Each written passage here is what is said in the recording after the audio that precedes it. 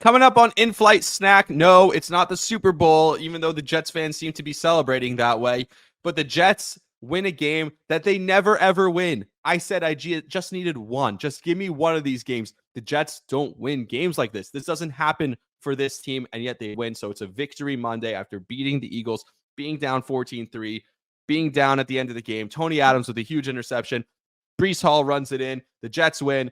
4 corners down. Doesn't matter. None of it matters. The Jets found a way to win. They're resilient. They found a way to win, and we talked about all of it. We broke it down, talked about the offense, the defense, the defensive line. So many things happened in this game. All that and a whole lot more coming up next on In-Flight Snack. Football is back, and BetOnline is your #1 information source for all your sports wagering info, with all the up-to-the-minute stats, news, scores, and matchup breakdowns.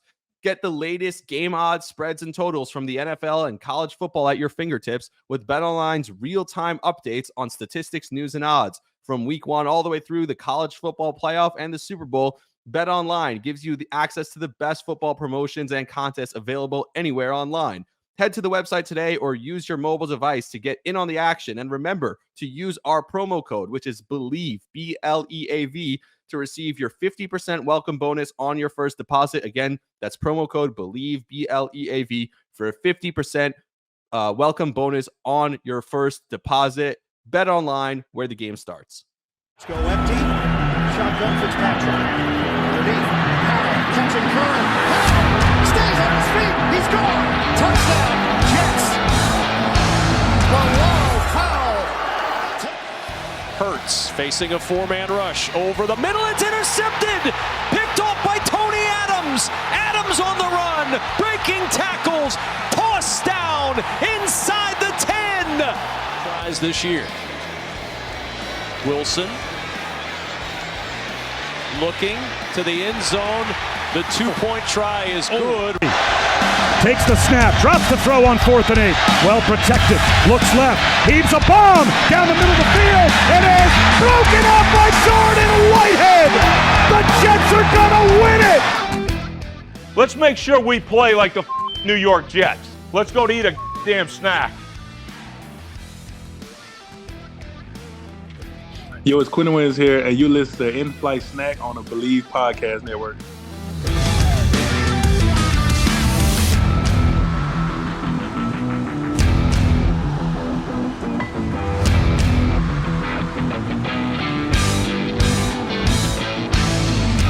Welcome back to In-Flight Snack, a New York Jets podcast on the Believe Podcast Network. That's Bilal Powell. I'm Rami Lavi, and it's another Victory Monday, the second consecutive Victory Monday for the New York Jets.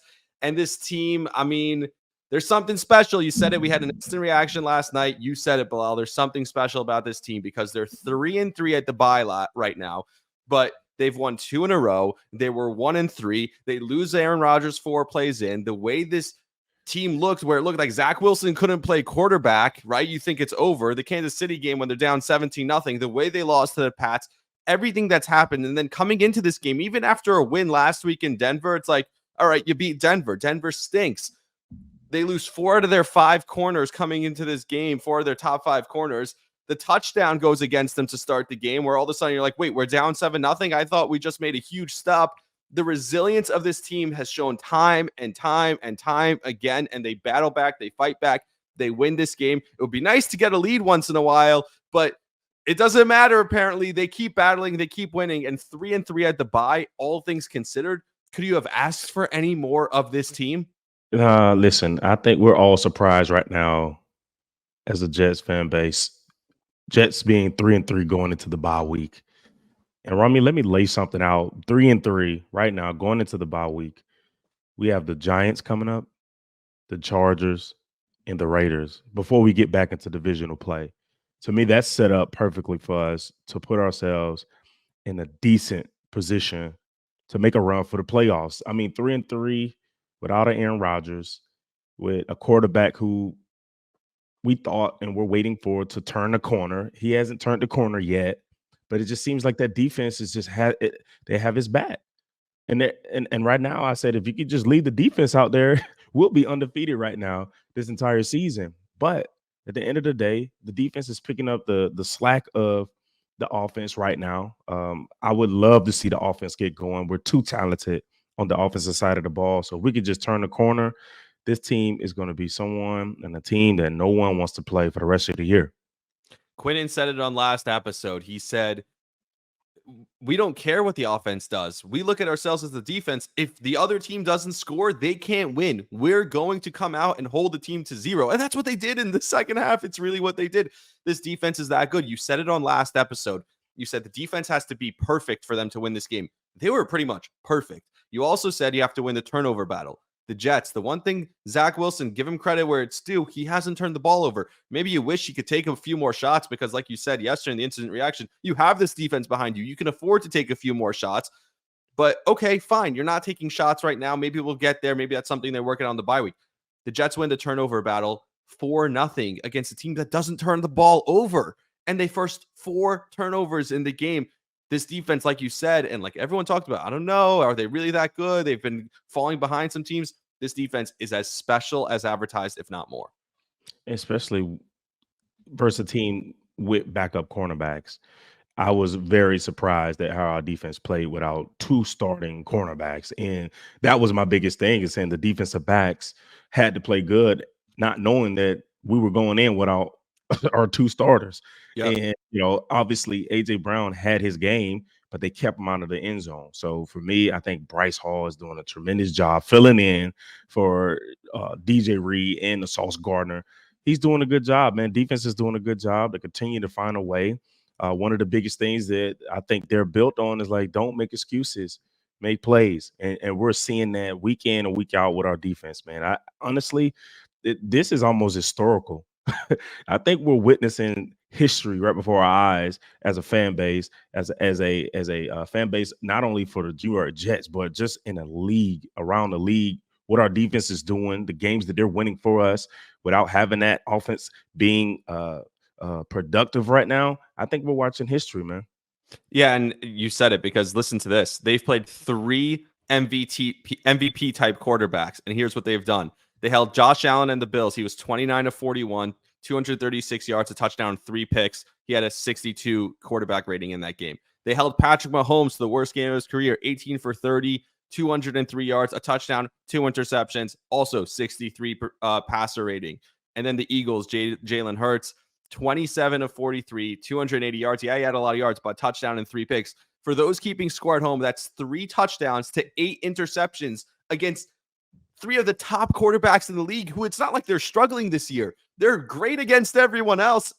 Jalen Hurts was 5-0. I thought Jalen Hurts was actually pretty good yesterday. He's running around, slipping away out of defenders' arms, making plays with his legs, throwing the ball on the run. I think Mark Sanchez called him a slippery tuna covered in, or a slippery salmon covered in Vaseline at one point during the game, the way he's holding defenders off and throwing it downfield. It doesn't matter. This defense is special. And one thing you talked about is the resiliency and the mindset. And that comes from their head coach. That comes from Robert Saleh. Robert Saleh, he goes in that room and he says, all right, next play. Like, we cannot dwell on the past. We cannot focus on what happened last. We need to just go do the next thing and just be better and better and better. What do you think you're seeing now that after 2.5 years of this guy being here, this team is starting to mirror their head coach? Yeah, absolutely. And honestly, the leadership doesn't start in the locker room. The leadership starts as a head coach, all the way down to assistant coaches, all the way down to the last player on your roster. That is how a team and an organization should be built. And like I said, I had the opportunity to read Robert, and I loved his philosophy of the game. 45 minutes I sat down there and I talked with this guy, and I just loved his philosophy of the game. And I'm sitting there thinking, like, I wish I could have played for this guy. It was one of those talks, and his demeanor and everything that what he stood for just makes you want to run through a wall for this guy. And you're seeing that now with how the team is finally coming together. No matter who you put in, we're talking about backups coming in playing like starters. So now you're saying not only we good from a starting standpoint, but we have the depth to go against anyone in this league. So yeah, you're starting to see a lot of what is mimicked by Robert Saleh. I mean, the guy runs stairs at every stadium that he goes to. That is a mindset, and it is actually contagious to those guys, and you're seeing it on game day. Yeah, this is a guy who, I mean, he's been criticized a lot, and there are things to criticize. Look, the clock management stuff, it's not great to watch. The end of the half, like they can't figure out how to score at the end of the half. They basically were like, all right, we're just going to take a knee and kick a field goal here because we can't figure out how to manage this clock. Last week, the clock runs out on them at the end of the half. So, like, there's things that they're struggling with. Brees not going down at the one is like, there's a coaching thing there. Maybe we'll talk about that a little bit later when you talk about Brees Hall not going down. I don't know. What is your philosophy for a team that couldn't score all day? Do you think that he should have gone down at the 1 yard line? No. Yeah, I think he did what he was supposed to do. Go score and put your defense back out there. Honestly. right. And part of that is they trust this defense so much that it's like, hey, I could go score here. I don't need to worry about it. I can just go score here because I know I'm putting my trust in this defense that's been awesome. So yeah, obviously in listen, in those type of situations, coaches they make you aware if they need you to go down, you go down. Hey, let's be aware if we get there, let's go down and run the clock out. But I'm sure they didn't say it. I think they had so much trust in their defense the way they were playing all game. Say, hey, let's go up, then get the 2-point conversion and force them to really go down because they're not scoring on us. That was the mindset. yeah, and they like you said, they couldn't score on the Jets the second half. The Jets shut them out in the second half. But there's something about Saleh. He keeps the team believing. He keeps the team together. Like, as much as you want to criticize, I don't know. Again, sometimes it's not crisp. They're not a very highly penalized team. They pointed this out during the broadcast yesterday. It seems like their penalties are always costly, but they're not a team that gets penalized a lot. So it's kind of funny. And I know you and I have talked about that. Why does that happen sometimes? Why do sometimes teams get penalized when it seems like they need to not get penalized the most, even though they're not a highly penalized team? Yeah, obviously, those are the things that are out of your control. Like I said in the previous episode, is you pretty much had this layout of what the officiating crew is called for and where they rank in the league for most of the calls. But man, those are the calls you can't control sometimes, man. The only thing that you can obviously control is the pre-snap penalties. That obviously being in the moment, you don't want to put it in the officials' hands. But you just compete, and it comes down to competing, man. Honestly, and like I say, man, those guys across from you, they get paid just like you do, and sometimes they beat you at something, and you may have to pull a jersey here or pull a jersey there, or get in front of a guy to stop a touchdown occasionally, or stop guys from scoring on certain things. But those are things, man. It happens so fast. It's a lot faster on the field than it is watching it on TV, man. So you as a coach, you just like for your guys to control the pre-snap penalties more. Are we ever going to be able to enjoy a game as a Jets fan? Like, this game was not a fun game to watch by any means as a Jet fan. The last 30 seconds of it was fun. When you get the interceptions, like, oh my God, we're going to score. And then they score. It's like, oh my God, wait, we need to get a stop. And then they get the stop. Like, they score so quick. And you're like, oh my God. Like, when are we going to actually have fun enjoying watching the Jets play? Like, oh my God, this game is like a fun game throughout the game. Like, this defense, you couldn't even enjoy it because every time they force one of these turnovers, every time they made a huge play, it's like, all right, the offense go back out there. Let's see if they get something better than a 3-and-out. And half the time they didn't. When are we just going to be able to enjoy a game? Listen, we have to remind ourselves that the Eagles is a very good football team. I One of think the if best in the you, league. I think arguably, right, one of the best teams. But I think when you look at it, man, honestly, them coming in, playing against backups, I think people were thinking this game was going to get out of control, honestly. So for us to go out and holding our breath, well, the Eagles is a very good football team, and we have a quarterback that we're still waiting and trying to witness him turn a corner. So yeah, you're going to hold your breath. Like we haven't arrived yet, right? And there's plenty of season left. Obviously there's the talks of Aaron Rodgers possibly coming back this year, all these different rumors or whatever it may be. But, we're still that organization waiting for our young quarterback to turn the corner. So obviously every time he's on the field, it's not something that's exciting. Even with all the offensive weapons that we have, we still just need that one quarterback, that one player to turn the corner. Yeah, and you mentioned Aaron Rodgers. I do want to talk about him in a second, but I don't know if I'm the only one who thinks this way. Maybe other people do too. But once San Francisco lost earlier in the day to Cleveland, I'm like, yeah, the Jets aren't winning. because it feels like, oh, there was already the big upset of the day. You know what I mean? Sometimes it feels that way where it's like, okay, there's 2 undefeated teams left. They're both 5-0. San Francisco and Philly, the 2 best teams in the NFC, maybe the 2 best teams in the league, definitely the most well-rounded teams in the league. And then I'm like, Philly's going to be the one that loses it this week. That's going to be the team in my head. And then once San Francisco loses, it's like, well, Philly's not also going to lose. I don't know why I feel that way. Like, does anyone else think that way also? I think that way. I'm like, oh, there go the big one. Yeah, exactly. Yeah, Another there goes down. the big one. There goes the big one. And obviously, like I told you, man, it's any given Sunday here. It's never a team where you look past, man. You can't look past in this league, man. This is not the college, high school level. This is a professional level, man. These guys are professionals just like us, man. So I think you look at it as week in and week out, you better be ready to compete. Now, sometimes obviously teams play you and they match up better. Who knows? But, it's any given Sunday, and I'm betting on the Jets every Sunday. All right. You have to now, right? After what we just witnessed, a team like this missing 2 starters on the defensive side, with the Eagles having 2 explosive receivers. I think we can say, okay, if we could just bet on our defense week in and week out, they're going to keep us in games. Obviously, we're going to be holding our breath, but we're going to be in games every week with this defense. Yeah, and another thing, they're betting on themselves. You said you're betting on the Jets. They're betting on themselves. Quentin Williams talked about it on the last episode. He said once Aaron Rodgers showed up here, even though he's hurt, you still see him on the sideline.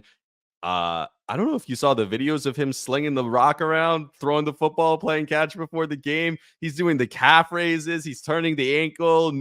Nothing on his leg. How? First of all, like I showed it to my father. I'm like, you're a doctor. What is this? You know what I mean? He's like, yeah, I don't know. That's not normal. That's not okay. He's doing something that shouldn't be humanly possible. So Rodgers on the sideline, ridiculous. Like he looked like he was warming up for a game. Like he's going to be back in a week. I don't know, but not the point. The point is that these guys have a buy-in. They have a belief in themselves, and they have this winning mentality. He said Rodgers still brings that every day, even though he's not on the field with us. He still brings this winning culture, and that's something that's totally different. That's something that Alan Lazard made a really bad play where it's arguable, where he makes that block downfield on a great Zach Wilson play. Zach Wilson's best play of the day, in my opinion, where he gets the defense to jump offside. I was like, oh my God, he's doing the Aaron Rodgers thing. That's the Aaron Rodgers thing. He got the defense to jump. He has the free play. He's running around back there. I'm all excited. And then they call it back because of a dumb penalty downfield at the end of the play. And I'm like devastated, right? So then Alan Lazard compounds that with a big drop afterwards. But then later in the game, he made a huge catch later in the game. I'm like, okay, that's a veteran presence where he didn't let the previous 2 mistakes affect the later mistake. Randall Cobb makes the big catch, taking a big hit on the 2-point conversion. You see the leadership and some of these things on this team. There's a winning mentality there. There's a culture there. Quentin Williams told you he won at every level. The first place he's ever lost is the Jets. He doesn't want to lose. He wants to win. How do you think this team is starting to believe and starting to buy into themselves? I think having Aaron around the facility is helping not only Zach but the entire team. They're still hearing him. They're still seeing his leadership off the field. And when they're sitting in that offensive meeting, they're going through their offensive install. They're hearing the things that Aaron Rodgers is possibly saying to the offensive coordinator about attacking a certain defense or an opponent. They're hearing these things. Hey, Zach, maybe we can get them to jump here. Like all these things you're hearing. You're still hearing this guy, even though he's not lining up on game days. You're still hearing the leadership from him.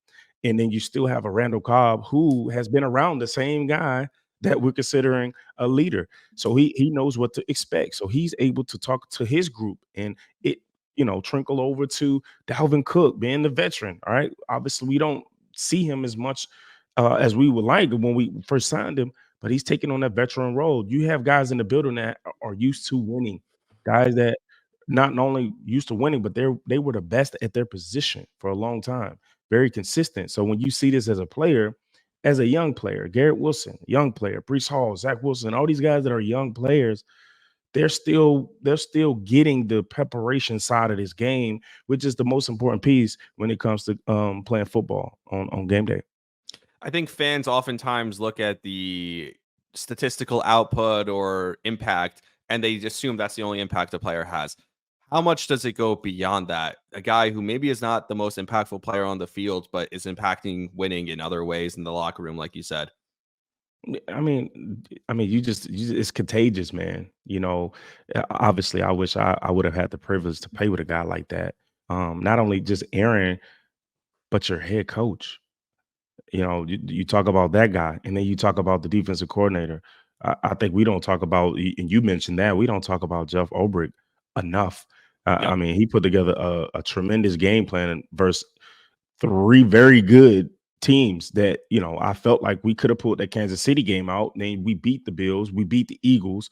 You seen what he did to three of the best quarterbacks in the league. So it's all that just plays a part, man. And honestly, and like I told you, if they get to a point to where they have to block out the noise on the outside, and it has to be about the people that's in the building, and that starts from the players all the way up to the coaches. And right now, you can see the players playing for coaches, and coaches putting the players that they know can make the plays, and those players are making the plays when it counts. Yeah, think about it. 3 weeks ago, we're talking about the unnamed sources coming together and saying there's headbutting in the room and they're turning on Saleh. Think about how far we've come from that. That was in Chiefs week. That's 2.5 weeks ago. Think about how far we've come from that point to where we are today. And Jermaine Johnson said after the game, said something very interesting. He said, blocking out the outside noise has actually brought the team closer together. So all the haters, Rich Samini, all you people who want to say stuff like that about this team, thank you, because you're bringing the team closer together. He said, by us banding together during the week and blocking everything out, it gave us more belief in ourselves because we're not listening to anything else. We know that we're capable of this because we're coming together as a team. Yeah, I mean, and Rich Samini, man, he couldn't name the source, so you know how you can't stand on that. And I always say, name the source. If you can't name the source, it's only an assumption. And like I told you, I felt like these players and these coaches, man, they have a tight relationship. And I've been on teams where players have gone against coaches, and coaches have gone against players, coaches going against coaches, players going against players, and to see this team stay together like they have in all these weeks playing. I mean, they could have went out and got blown out by a Buffalo Bills, a Kansas City Chiefs, Philadelphia Eagles.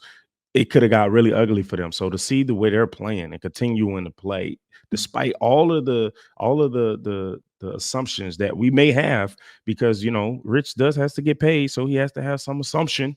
So he has to write something. And if you can't name the source, we can only assume. And I told you that. I said, if you don't name the source, we can only assume looking outside in. And outside of the couple tweets that they had by the two young players, we haven't heard anything.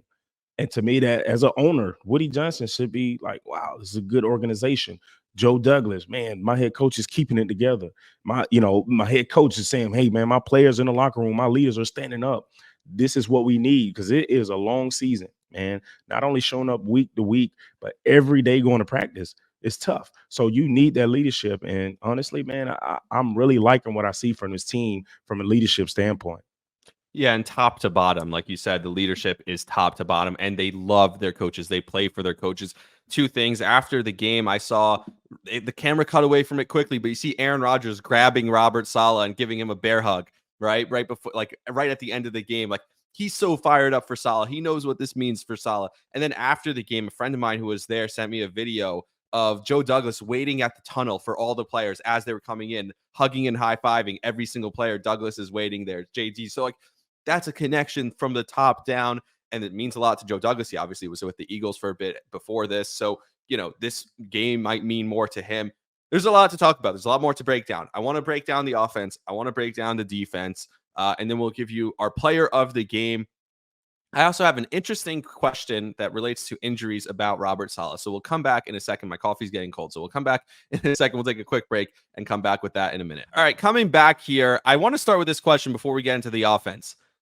When Robert Saleh, because the Jets had an injury in this game, again, on the offensive line, again, Joe Tippmann, he's been great for the Jets on the offensive line, so he gets hurt.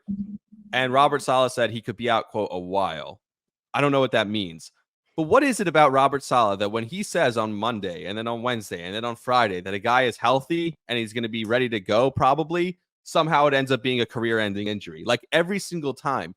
Do you think it's something that he should be avoiding? I know you're not an NFL head coach.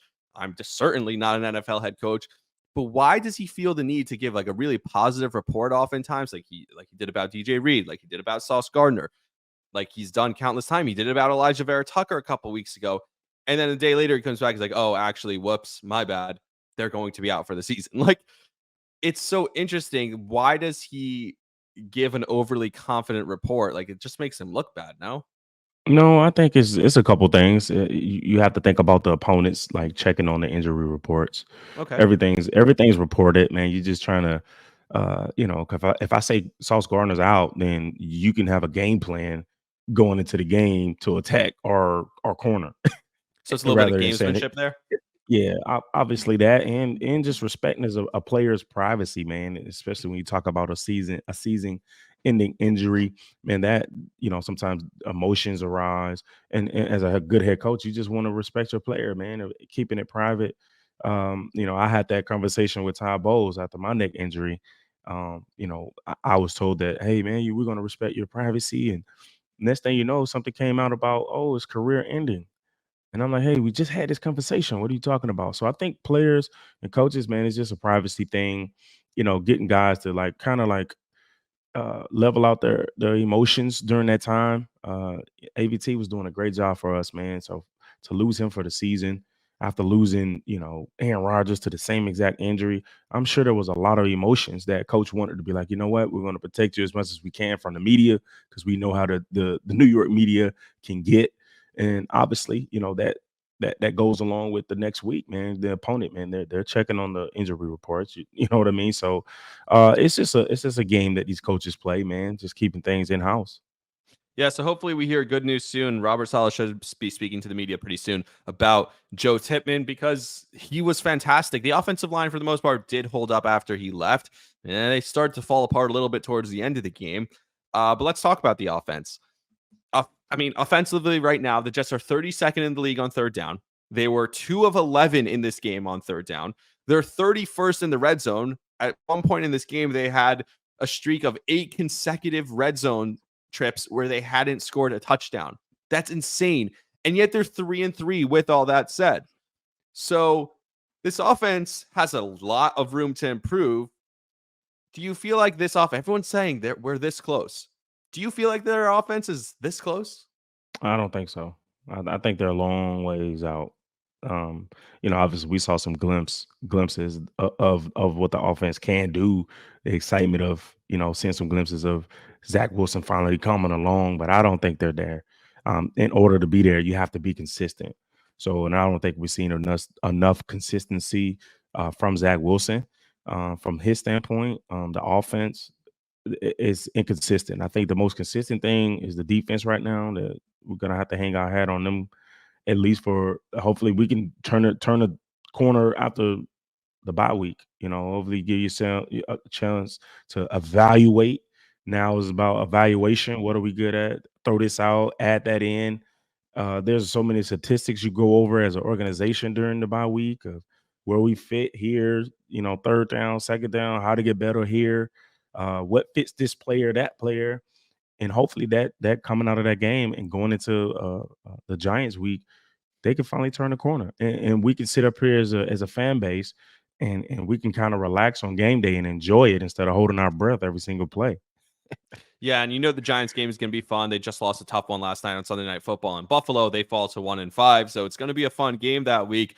I can't wait to watch the Jets defensive line against that offensive line. The Jets now have a week off to get healthy, but another thing Zach Wilson talked about is they're not going to take a break. This offense wants to work on improving. And look, there's a lot of people out there who have been Zach Wilson apologists from day one, who just love Zach Wilson no matter what.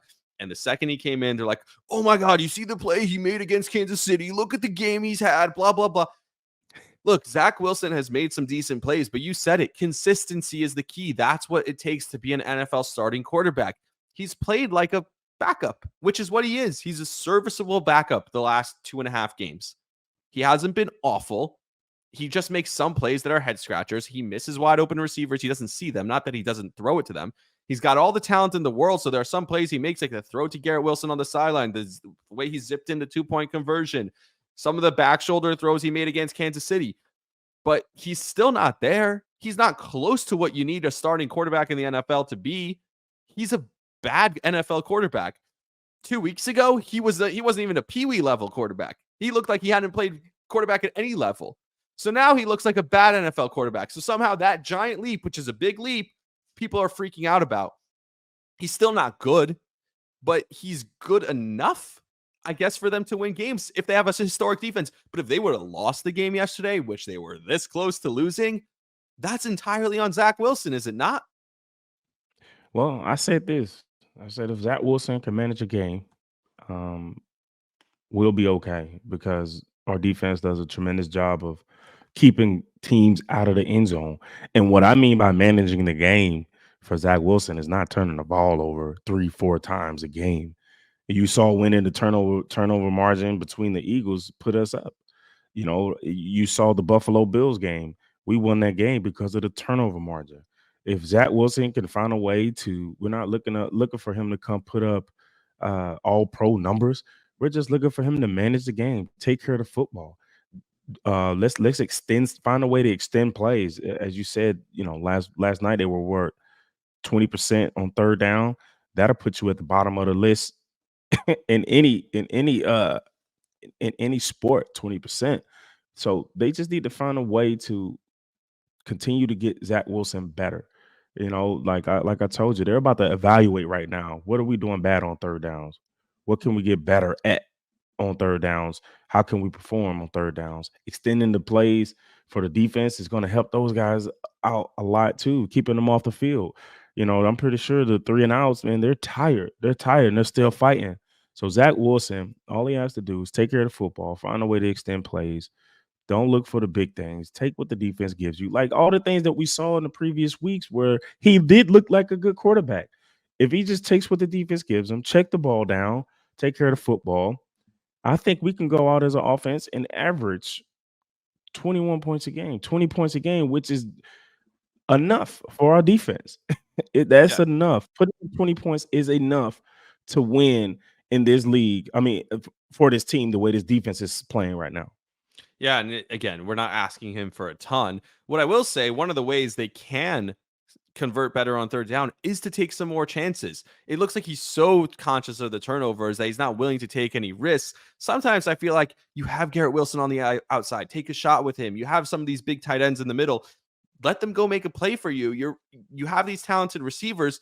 It's almost like, okay, when he was down 17-0 against Kansas City, he was willing to take these chances because it was like, whatever, we're down 17-0. Take some of those risks, take some of those chances because you trust your defense that, all right, if I turn the ball over, I'm not saying play reckless by any means, but if I turn the ball over, at least my defense can go make a play for me. Like, do you want to see more chances? Is that the way to go at this point on third downs? I think so. I think obviously, you know, Brees didn't have a good game last night, which is okay. You know, it's the NFL, but you don't have to be able to run the ball. You have to find a way. What complements Zach Wilson for this offense? And I like what I saw versus the Kansas City Chiefs when they were moving the pocket, play action. He was dumping the ball down. They were running the football, like all these different things. That's what's going to help Zach Wilson. If you take away the run game, if you take away, as we saw last night, he starts to struggle. All right. We can't put the ball in his hands and expect him to be an Aaron Rodgers or a guy that we think is a guy who can march down the field. The team has to be hitting on all cylinders. The offense has to be hitting on all cylinders for Zach Wilson to go out and have a good football game. You can't rely on this man to go and do more than what the offense is giving him as far as complementing his style of play right now. When he made the play, when he drew the team off sides and snapped the ball and started like scrambling around the backfield for the free play, I was involuntarily making noises that I never thought would come out of my body. I was so excited because to me, that was my favorite Rodgers thing, catching guys with 12 men on the field, catching guys with drawing them off sides and getting the free play. That's the Rodgers. That's the Aaron Rodgers. That was such a moment of growth. I know it came back because of the Lazard penalty downfield. It's just so stupid. Like, I get it. It's that penalty negating the whole play in the first place and taking it 15 yards back, like, it's idiotic. Whatever. Mm. Of course, when are the Jets ever on the wrong side of an officiating ruling? But it's just like that play. I was like, yes, just more of that, just more situational awareness. That's what we need to see out of Zach Wilson. And I hope over the next couple of weeks, him working, stay in the facility like you talked about during the bye week, stay in the facility, work with Aaron Rodgers and get better. And hopefully we come out against the Giants, not a great team, and we could start rattling off some wins. It would be a third in a row if they do beat the Giants. They're going to do it, though, on the backs of their defense. They did it in this game. And you talk about the officiating, that first drive of the game, they let up a 90-yard drive, 19 plays where just pounding the ball down your throat, just a devastating drive, and you think you stop him. First, you stop him on third down. Maybe they're going to kick a field goal. No, we're staying on the field. And then you think you stop them on fourth down. You have the stop. You have the fumble recovered in the end zone. It comes out to the 1-yard line. Jets ball. We're going the other way. Huge stop. Go to commercial break. And I hate this. If you're the producer, if you're the TV producer, just cut off the break. I don't know. Save some spots for later. You're so worried about getting paid from your commercial spots. You go to the commercial break and you come back. It's like Eagles touchdown. We didn't see anything. We didn't know it was under review. We knew nothing. I know every score is under review. Every turnover is under review. But like we go to the break, just it's a fumble. And we come back from the break, touchdown Eagles. What? Like, if you knew that it was questionable, which was obviously questionable, why did you go to break in the first place? And then later in the game, there's a questionable call where it looks like A.J. Brown's juggling a ball. And of course, questionable, inconclusive, gets overturned. It goes against the Jets. So whenever a play is or a call is inconclusive, the rule is if it's inconclusive, it goes against the Jets. That's the rule, apparently, in the NFL, is if there's an inconclusive replay, whatever is against the Jets, that's what we vote for. Right? I mean, yeah. Ever since I've been around the organization and been involved with the organization, it's almost like, wow, we can never catch a break, man. The ball can never roll our way. And if we put it in the referee's hands, it's done deal, man. And, obviously, like you said, man, I honestly thought that was our ball. Came back. I was shocked that they overturned that that call, which, to me, that's like, oh, that's just some Jet stuff. But obviously, they did a good job, man, fighting back. Sometimes as players, man, you do feel like you're playing against a team in the refs, and I think we have to get this thing out of our mind of saying, uh, are the refs calling it because we are the Jets and this is just the same old Jets, or like what is it? Is it no respect thing? I don't know, man. But obviously, like you said, I'm not the producer, so I didn't think he should have went to commercial as well. But that's your lane. I don't know. I'm sure they had some words to say about that, but that's crazy, man. Yeah, Ryan Russillo always talks about it on his podcast. He's always like, they just need to get paid, so they run to the commercial, and like we're not seeing what's going on. We come back, and Dean Blandino's there, and like, oh yeah, it was a fumble, and they're already kicking it off like it's already a touchdown. Like they're kicking it off like it's a touchdown. We didn't get it. They have like 20 seconds to explain it before Zach Wilson's taking another snap for the 25-yard line. It's ridiculous. But how devastating is that for the defense, right? Like you give up that whole drive, you have it called against you after you think you made the stop, but the defense didn't sulk. They didn't put their heads down. They didn't hang. They come out there. This game from this defense is incredible. I want to go through some of the stats here, and I know you have some stats, but Bryce Huff had a sack and a half in this game. Quinnen Williams gets the interception. Tony Adams with the biggest play of the day, the interception at the end of the game. I mean, talk about making noises that I couldn't control. That was insane. I was running around my house just like, oh my God, I don't believe this. We have a chance. We might win this game. Quincy Williams with the fumble recovery, which, my God, just fall on it, Quincy. Like, we're the Jets. We don't have like the ball bouncing our way. We don't have the luck that if it tips off your fingers, it's going to come back to us. Just fall on the ball when there's the fumble, right? CJ punches it out, and then Quincy's trying to pick it up, scoop and score or whatever. Just fall on it because you saw how it got batted around. Eventually, there's a pile. I'm like, oh, for sure the Eagles have it now. But no, Quincy recovered it. He also, again, has another 12 tackles in the game. I mentioned CJ forced the fumble. He had another 9 tackles. Bryce Hall had an interception, which is fantastic. You're talking about a guy who's usually playing in the slot, and now he's being asked to play outside as the number 1 corner. Him and Michael Carter, both guys who usually are slot nickel corners, and they're playing on the outside. They played insanely well. Michael Carter and Bryce Hall, of course. Hall has another interception. So this defense, how much credit do you give to their resiliency, what they were able to do, continuing to come back time and time again after that devastating drive, and after the offense is going out there and not converting, and they keep making stops, and eventually that's got to bog you down where it's like, oh my God, like your will breaks, right? Where it's like this offense just needs to do something for us. We keep giving them great opportunities and they're giving us nothing in return. And this defense, they're just so strong-willed, so strong-minded. They never broke in this game. Yeah, I definitely think they're a bend but don't break mentality. That is a bend but don't break.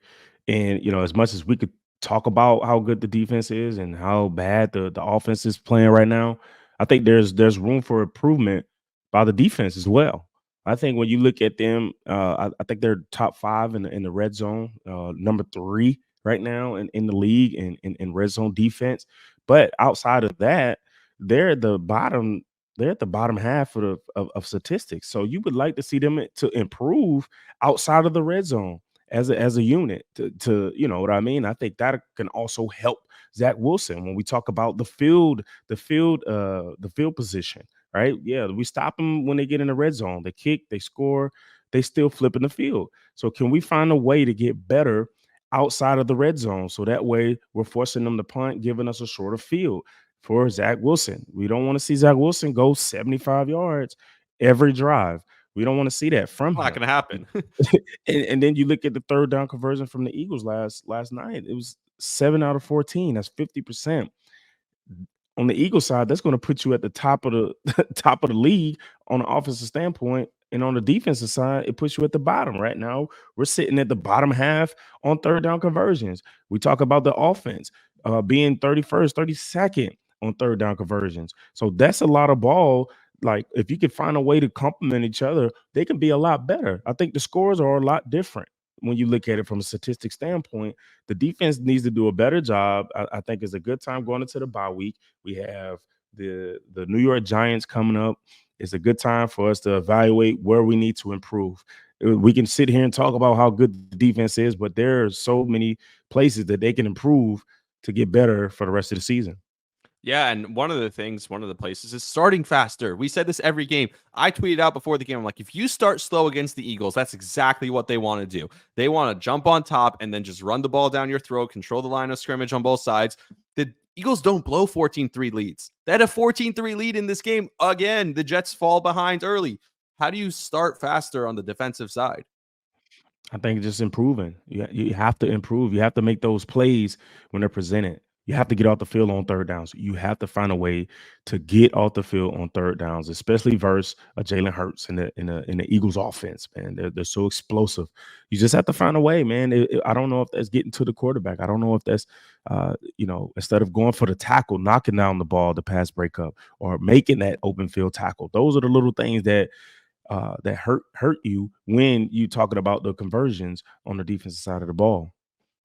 Yeah, so Coach Saleh is talking to the media now, so I'm going to look out to see if there's anything he says about Joe Tippmann, if there's an injury update there or anything else. So I'm going to be looking out on Twitter. Also, they did post, I did see the Jets just posted the GM cam. So that video that I talked about of the GM hugging everyone off the field and Joe Douglas.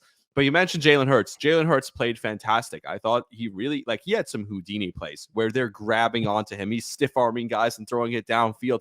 He was fantastic, and yet they still shut him out in the second half. So in the second half of this game, if the Jets defense plays like that, look, you're not going to shut teams out 24/7.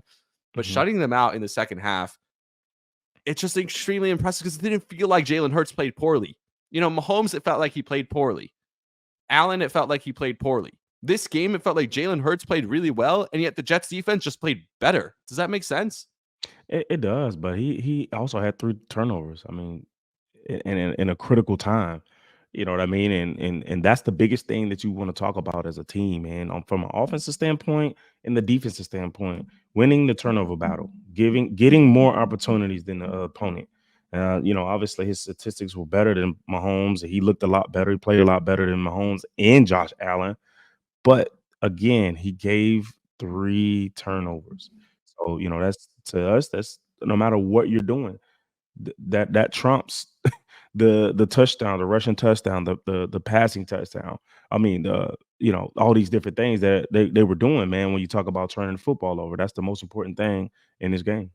Yeah, so still no injury update, but I will say this. When you talk about the turnovers, I think you look at the interceptions. One, I think, what was it, Bryce Huff or Jermaine Johnson who gets the pressure, and that's why the ball comes out wobbly. So that's one interception. That's not like a terrible throw, like a terrible decision necessarily by Jalen Hurts. Another one of them, it's in Dallas Goedert's hand. A guy popped it, and such a good play by Quinnen Williams, because you talk about rallying to the ball. Quinnen Williams gets the pressure on the quarterback. He's in Hurts' face, and then he's running back, rallying towards the tackle, and that's why he was in the perfect spot at the right time for when the ball popped up. He catches it. If he would have still stuck in the backfield where he was a second earlier, then he doesn't make that play, right? So, like, that's huge. And Sauce Gardner tweets out, Quinnen has more interceptions than me. Hey, Sauce, you come on the podcast, you get an interception. That's just how it works. I mean, we're 1 for 1 so far. It's proven. You can't not prove that, right? So, No. And then the last one, again, there's pressure in his face, so he can't step into the throw, and he's throwing off his back foot. And Tony Adams, just the play of his life, like, a guy who comes in and makes that play, just unbelievable what Tony Adams is able to do. And he's the hero in this game. So many heroes in this game, but we have to choose one. We have to choose a player of the game. You tweeted out a poll for the fans. I'll pull up the poll right now. But first, we'll start with you, Bilal. Who's your player of the game? I'm going to have to go with Bryce Hall. Okay, yeah. And that's just him stepping up. Obviously, AJ had 140 something receiving, but him just stepping up, not only this week, but the second consecutive week, stepping up, playing and being around the football. It's just, I mean, the guy's finding himself around the football, and that's what you want as a defensive coordinator. You want your guy to be around the football. That means he's where he needs to be when it's time to be there. Yeah, the fans voted for Quincy Williams mostly, and then he has 38% of the vote, and Tony Adams has 32% of the vote. So people like the two turnovers, right? Quincy Williams all over the place, flying all over the field as usual. But in the comments, a lot of people, Jermaine Johnson, Bryce Huff, are commenting those guys who were pressuring the quarterback all day. The Jets were getting pressure with 4 guys, only 4 rushers in this game, which is extremely impressive. And a lot of that had to do with Jermaine Johnson and Bryce Huff on the defensive line. Someone else mentioned Craig James. Craig James was a practice squad corner who was called up. All the corners. You mentioned Bryce Hall. You mentioned Tony Adams. The corners in this game were incredible in this game. They led them to the win, because without these corners making these plays, these guys who are not expected to be put in this role, not expected to be starting corners, Michael Carter as well, these guys made huge plays for the Jets, stepped up, next man up mentality, right? Like, hey, we don't have DJ, we don't have Sauce, we don't care. We're going to play really well in this game, and they did. I'm going to give you another one that maybe flies under the radar. In addition to all those guys, I'm going to go with Greg Zuerlein, because Greg the Leg, we needed a lot of field goals in this game. He went out there and he kicked every field goal, nailed it right through. He had one that was a little bit iffy that we were kind of like nervous about, but the rest of them were straight down the middle. So when you're not scoring touchdowns, you need to take advantage. You can't miss field goals.